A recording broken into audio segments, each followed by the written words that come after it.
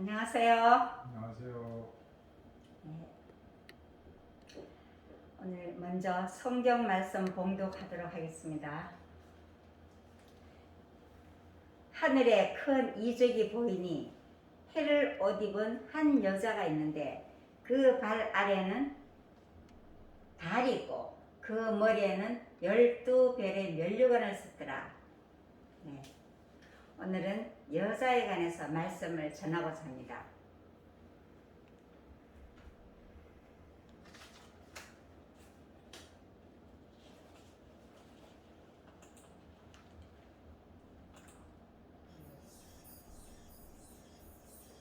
잠자리 보이시죠?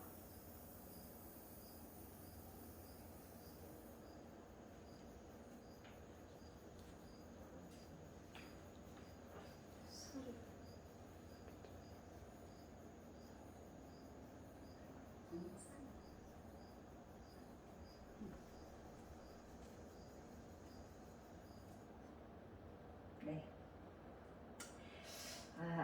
지금 이제 가을이 되니까 잠자리들 많이 날아오고 있습니다.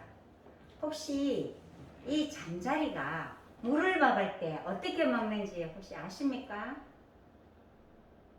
몰라요. 네? 몰라요.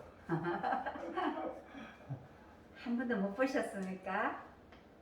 자, 이 잠자리는 이건 나뭇가지겠지만 물을 먹을 때는 이 잠자리가 물 수면 위로 딱 발을 디뎌요.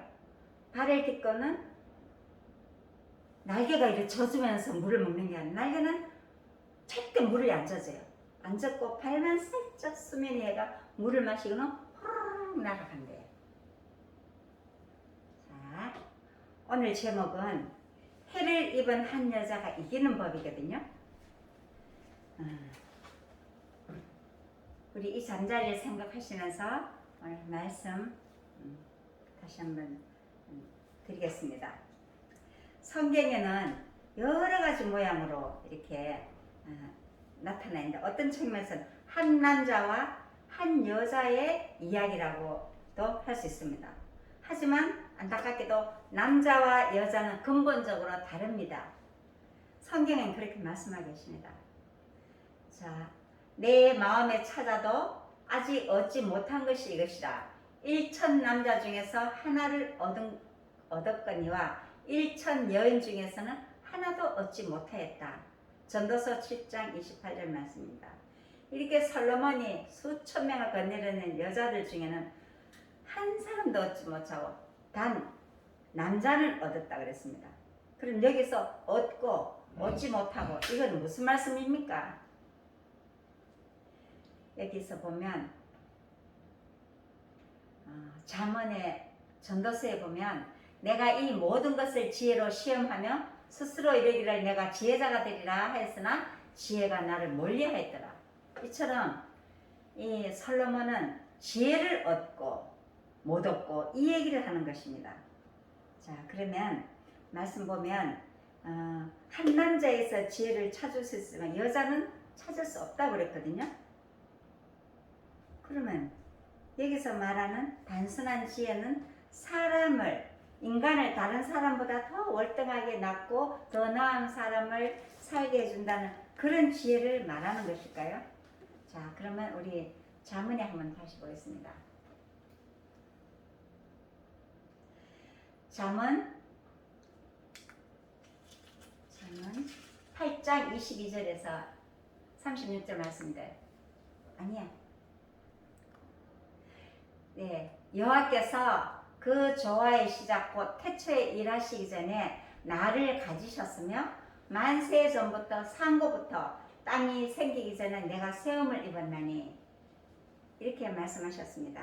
그리고 그다음 내가 그 곁에 있어서 창조자가 되어 날마다 그 기뻐하신 바가 되었으며 항상 그 앞에서 즐거워하였으며 또 35절을 보면 대저 나를 얻는 자는 생명을 얻고 여호와께 은총을 얻을 것임이니라. 그러나 나를 잃는 자는 자기 영혼을 해하는 자라. 무릇 나를 미워하는 자는 사망을 사랑하느니라. 결국은 이 지혜란 것은 생명과 사망에 대해서 말씀하고 계십니다. 이 말씀과 같이 종합해 보면 남자로 표상된 예수님을 얻는 것은 지혜와 생명을 얻고, 또 여자로 표상된 이 인류에게는 지혜도 생명도 없다는 말입니다. 그러니까 남자는 예수 그리스도고 여자는 사람을 말하는 것입니다. 자, 이사야 54장 한번 보실까요? 이는 너를 지으신 자는 내 남편이시라. 그 이름은 만군의 여호와시며 내 구속자는 이스라엘의 거룩한 자시라. 또 치료봉사는 이런 말씀이 있습니다. 그리스도 자신은 신랑이며 교회는 신부인데 그분께서는 신부에 대하여 나의 사랑 너는 순전히 어여뻐서 아무 흠이 없구나 라고 말씀하십니다. 이처럼 성경에서 말하는 남자가 누구인지 여자가 누구인지 분명합니다. 남자는 그리스도예요. 여자는 교회라고 했습니다. 자, 그럼 본론으로 한번 들어가 보겠습니다. 자, 처음에 우리 말씀 봉독한 것처럼 하늘에 큰 이적이 보이니 해를 입은 한 여자가 있는데 그 발 아래는 달이 있고 그 머리에는 12면류관을 섰더라 그랬습니다. 자, 면류관이라 하면 생각나는 게 누굽니까? 왕들이죠. 그렇지만 이 요셉의 꿈쟁이가 꿈을 꿨을 때 해와 달과 별들이 이 자기 부모와 형제들이 자기한테 절을 하는 꿈을 꾸고 말을 했다가 시기 질투의 대상이 되어 다른 나라로 팔려가서 요셉의 총리가 되는 그 이야기 아시죠? 그래서 12지파가 거기서 생겼습니다. 또한 내 이름을 경외하는 너에게는 의로운 해가 떠올라서 치료하는 광선을 바라려니 너희가 나가서 외양간에서 나온 송아지같이 뛰리라. 말라기 4장 2절 말씀과 같이 예수 그리스도를 옷 입은 한 여자가 구약으로 표상된 달을 깃고 서 있는 이 모습입니다. 구약을 기반으로 예수께서는 메시아가 되고 또 그리스도를 믿는 12제자를 볼 수 있습니다. 여기에 이제 한 여자가 그리스도께서 사랑하시는 교회임을 분명히 드러났습니다. 자, 사도 요한이 이런 비의 풍성한 축복 아래 사도 교회가 처음에 세워졌지요. 그 반세기에 세워진 이 교회가 견고하지 못하고 전진하지 못하고 시험과 환난 가운데서 어려움을 처하게 될 것이라는 걸 미리 알게 되었습니다. 자, 2절에 한번 보시겠습니다. 이 여자의 운명이 어떤 것인지 한번 보겠습니다. 이 여자가 아이를 베어 해산하게 되면 아파서 애써 부르짖더라. 아이를 뱄는데 해산을 못하면 어떻게 됩니까? 엄마도 죽고 아이도 죽지 않겠습니까? 저도 아이를 낳았지만 하늘이 새카맣게 변해 아이를 낳습니다. 근데 아픈데도 부르짖는데도 애를 해산을 못하고 있어요. 그럼 얼마나 고통스럽겠습니까? 여기 말씀은 과거 시점으로 한번 돌아보겠습니다. 여자로 표상된 이 교회는 한 아이를 갖게 됐다 했습니다. 그럼 이 아이 신부는 창세기 3장 15절에서 증언하고 있습니다. 자, 내가 너로 여자와 원수가 되게 하고 너의 후손도 여자의 후손과 원수가 되게 하리니 여자의 후손은 내 머리를 상하게 할 것이요 너는 그 발꿈치를 상하게 할 것이니라 하십니다. 자, 여자의 후손은 일단 뱀의 머리를 밟고 그분은 바로 예수 그리스도이십니다. 남자의 후손이 아닌 여자의 후손을 오시는 그분의 존재를 알게 된 사단은 하늘에서부터 반역을 일으켜 하늘 천사 3분의 1을 이렇게 유혹해서 땅으로 쫓겨나게 됩니다. 사단의 관심은 오직 여자의 후손, 여자로 표상된 이 교회를 망하게 하고 죽이는 일입니다. 하지만 사단의 뜻은 쉽게 이루어지지 않습니다. 사단은 십자가를 통해서 메시아가 승리하고 승리의 창가를 불렀을 때 오히려 그리스도께는 부활과 성천으로 사단의 머리를 밟고 승리의 대가를 불렀습니다. 자, 다시 한번 성경 말씀 보시겠습니다. 여자가 아들을 낳으리니 이는 장차 철장으로 만국을 다스릴 남자라. 그 아이를 하나님 앞과 보좌 앞으로 올라가더라 그랬습니다. 그럼 여자의 후손인 예수께서는 지금 하늘 보좌 우편에서 인류를 위해 중보하고 계신다고 했는데요. 우리가 그걸 믿음의 눈으로 바라볼 수 있습니까?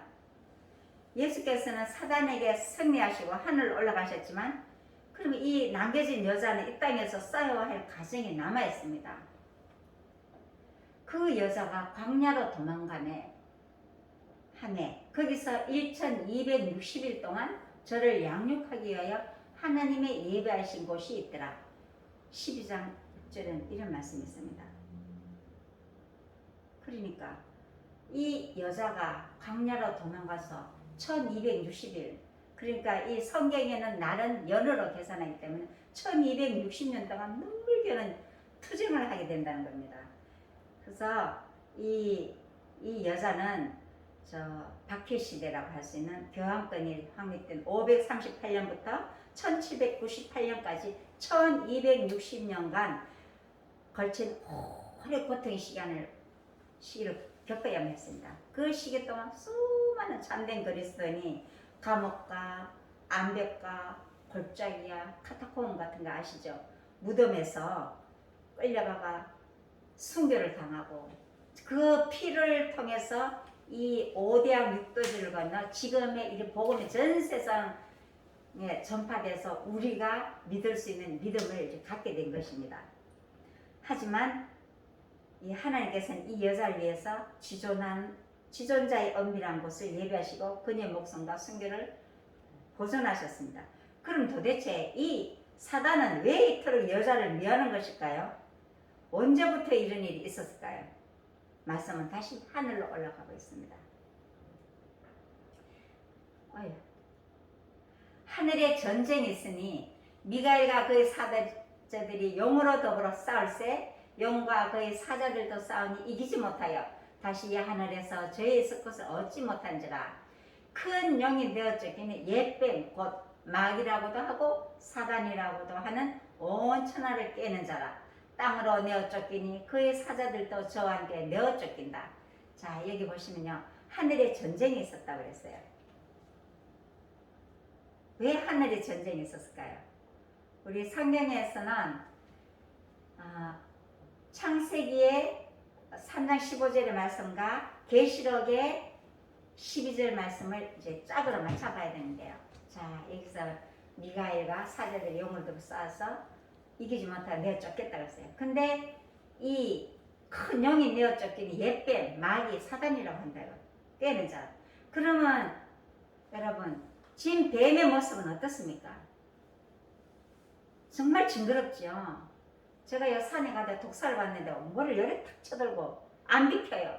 결국은 그래서 가라도 안 비켜요. 그 막대기로 머리를 탁 쳤더니 뱀이 이러더니 그래도 안 가요. 스르륵 도망가면 될 텐데 그래도 뱀은 안 가요. 그 독사가. 결국은 머리를 몇 대 맞고는 이제 죽었어요.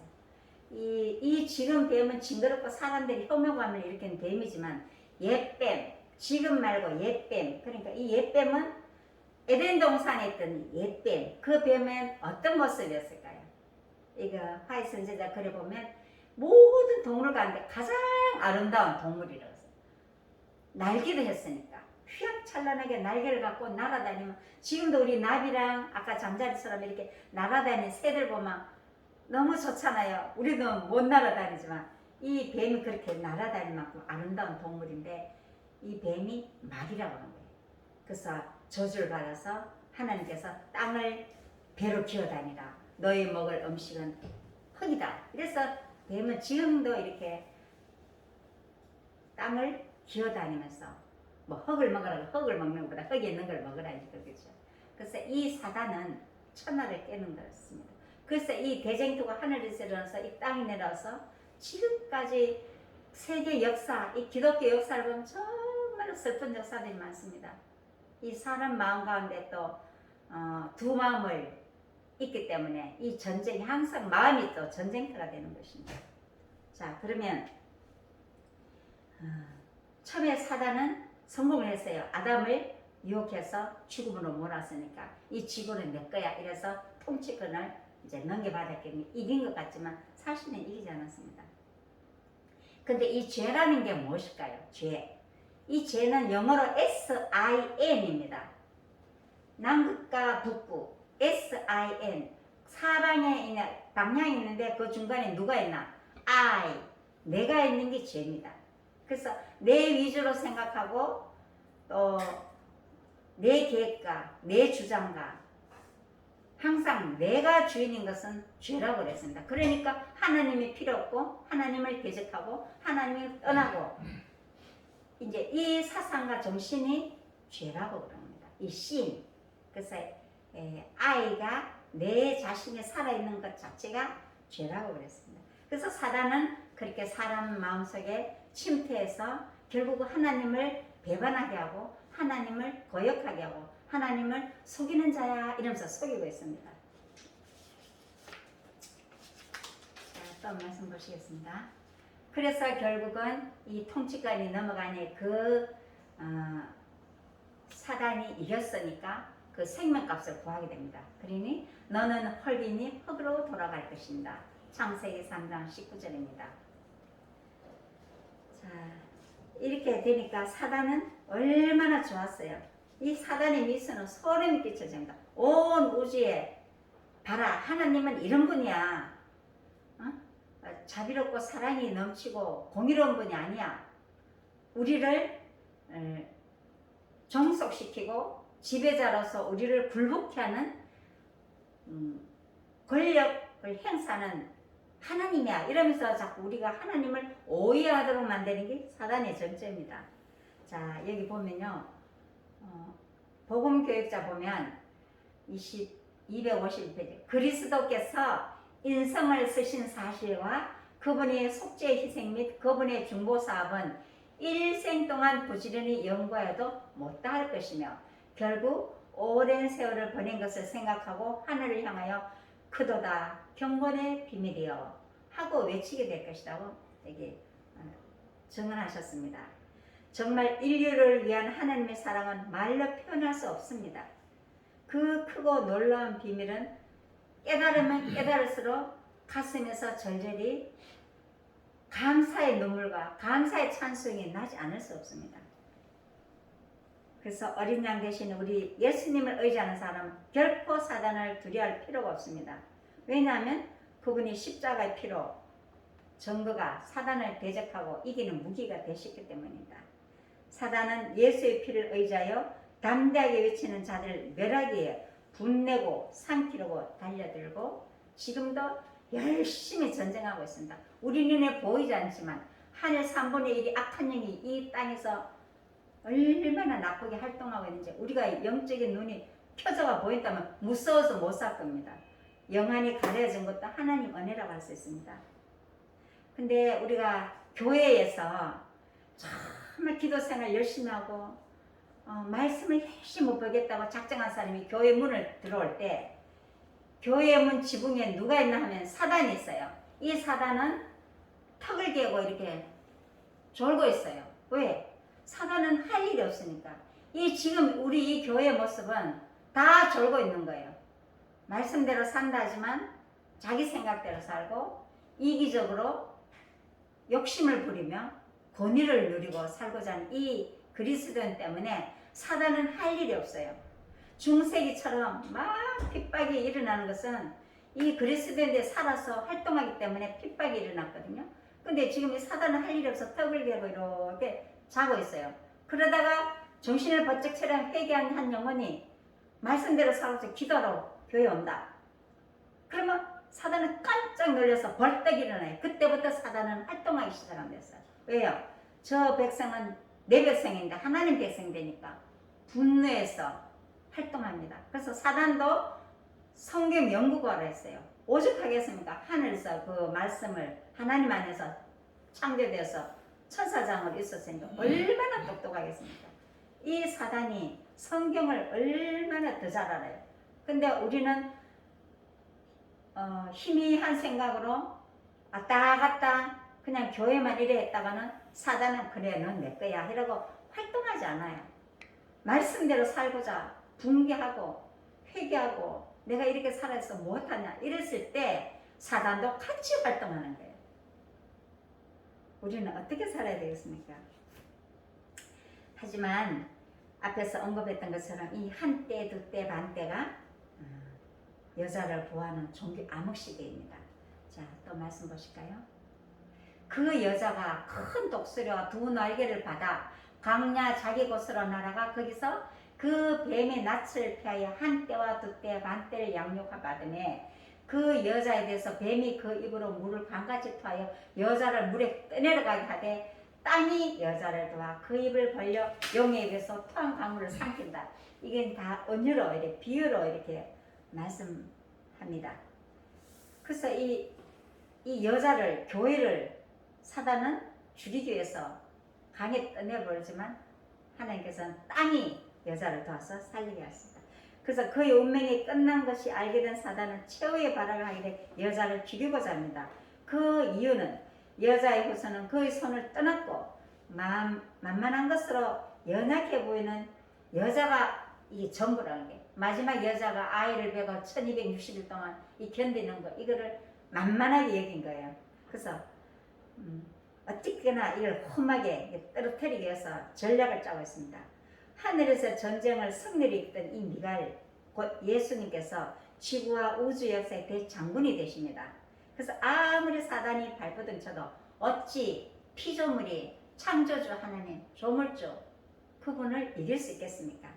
하지만 우리는 여기서 한 가지 의문을 가질 수 있습니다.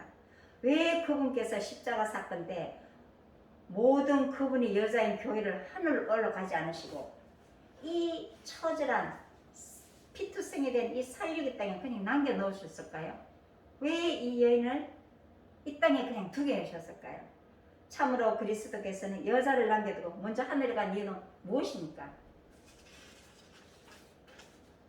이제 저는 마무리하면서 그분의 깊은 속마음을 헤아려보고자 합니다. 우리는 살아가면서 구원의 값을 계산할 필요가 있습니다. 우리의 생명값이 얼마입니까?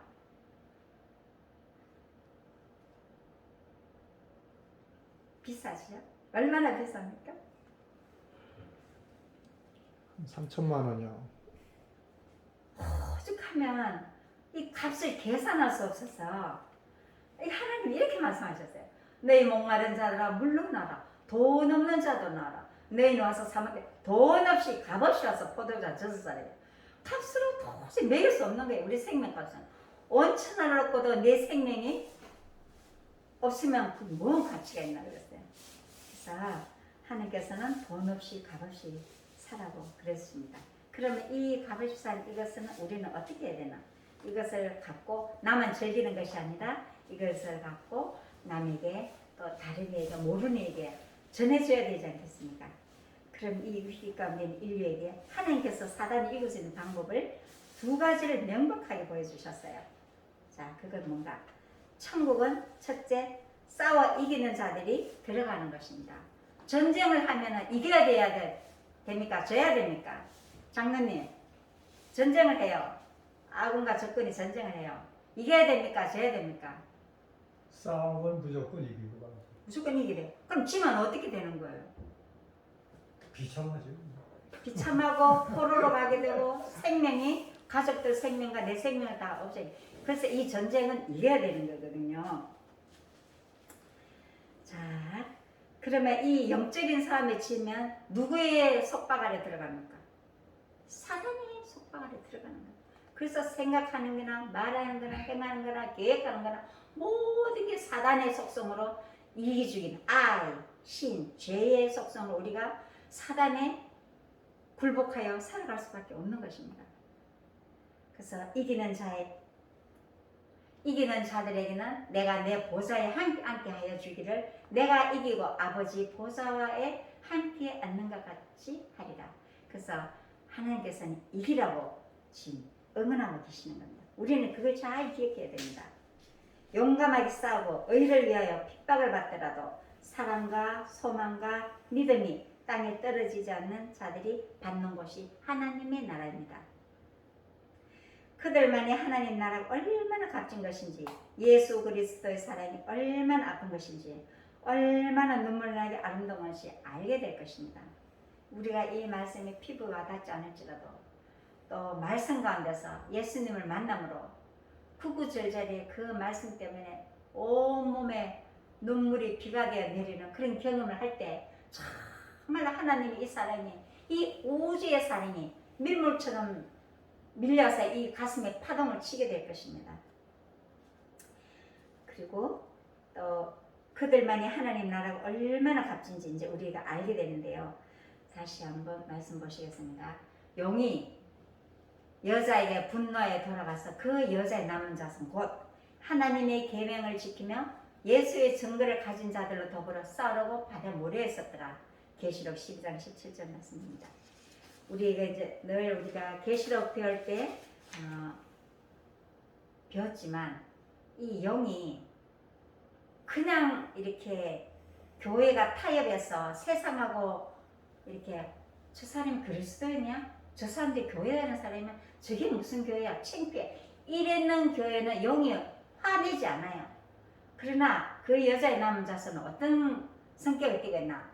하나님의 계명, 이 십계명을 통해서 모든 하나님의 사랑의 계명과 예수의 증거를 가진 자들을 더불어 싸운다 했거든요. 이 예수의 증거는 우리 몸에 흔적을 지니고 있어야 됩니다.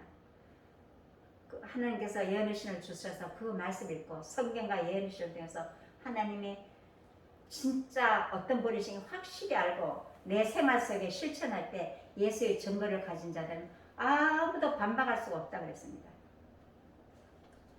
자, 다시 솔로몬의 질, 솔로몬의 질을 한번 볼까요? 요하께서 어디 갔지? 자, 그러면 분노하고 산기자를 찾을 때 아까처럼 턱을 개고 있던 사단이 활동할지라도 진정으로 하나님을 사랑하는 여자는 하나님의 율법을 사랑하고 그분께서 함께 하신다는 증거를 갖게 될 것입니다. 그래서 교회에 보내는 권면 84쪽에 보면 사람이 하나님과 진정으로 교제하고 당신의 율법을 진실로 지킨다면 그의 생애가 그 사실을 나타낼 것이다.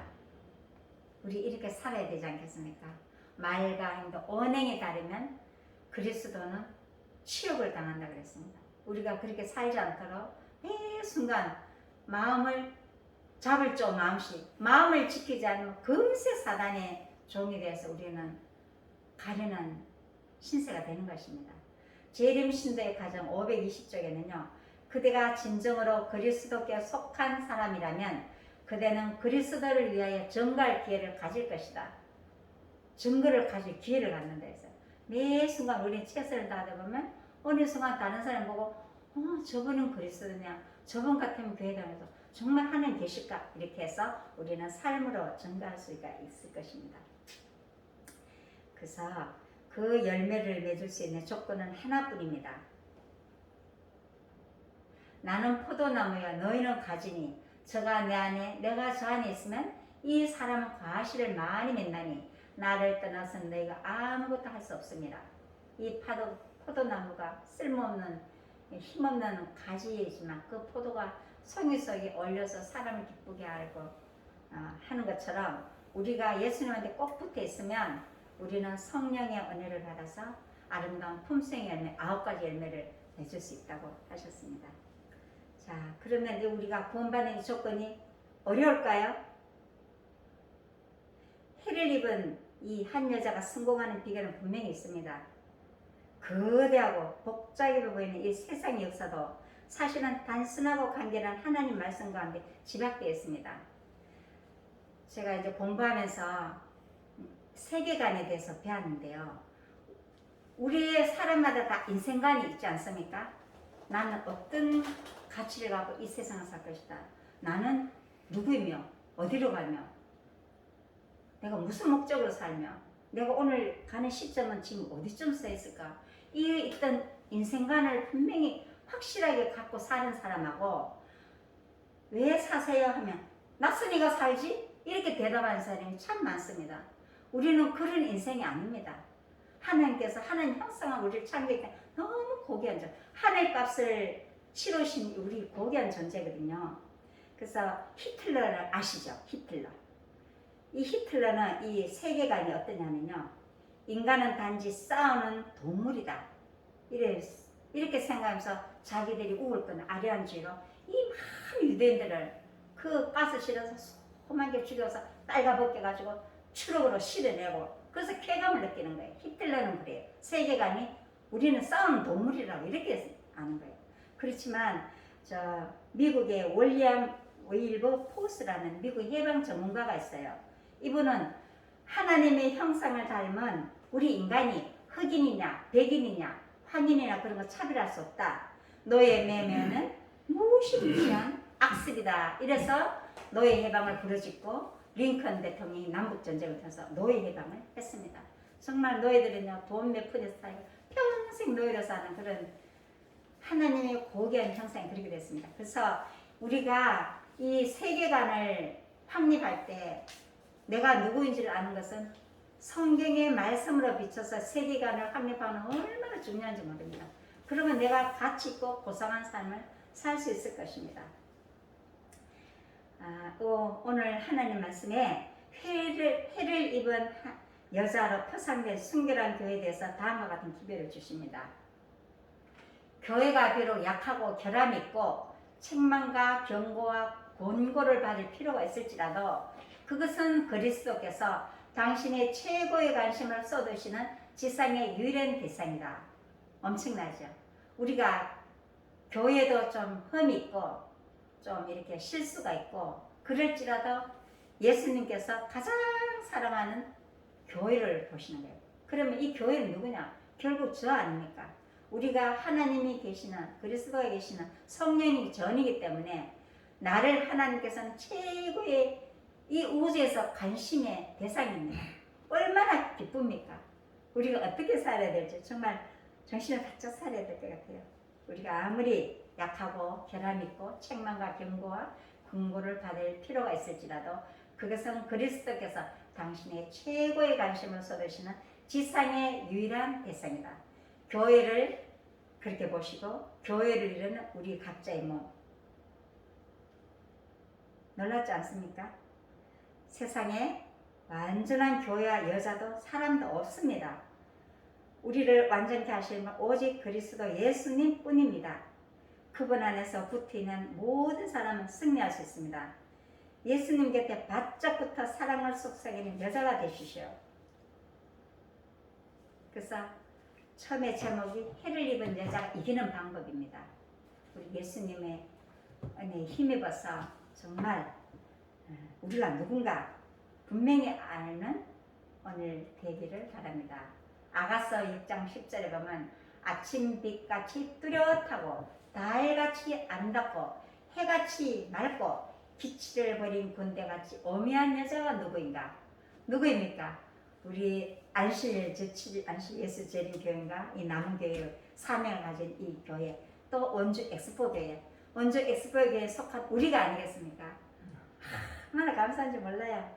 그래서 우리가 이 세상이 이기는 우리가 되고 우리가 엑스포 교회가 되기를 바라는 마음으로 말씀 드리겠습니다. 감사합니다. 아멘.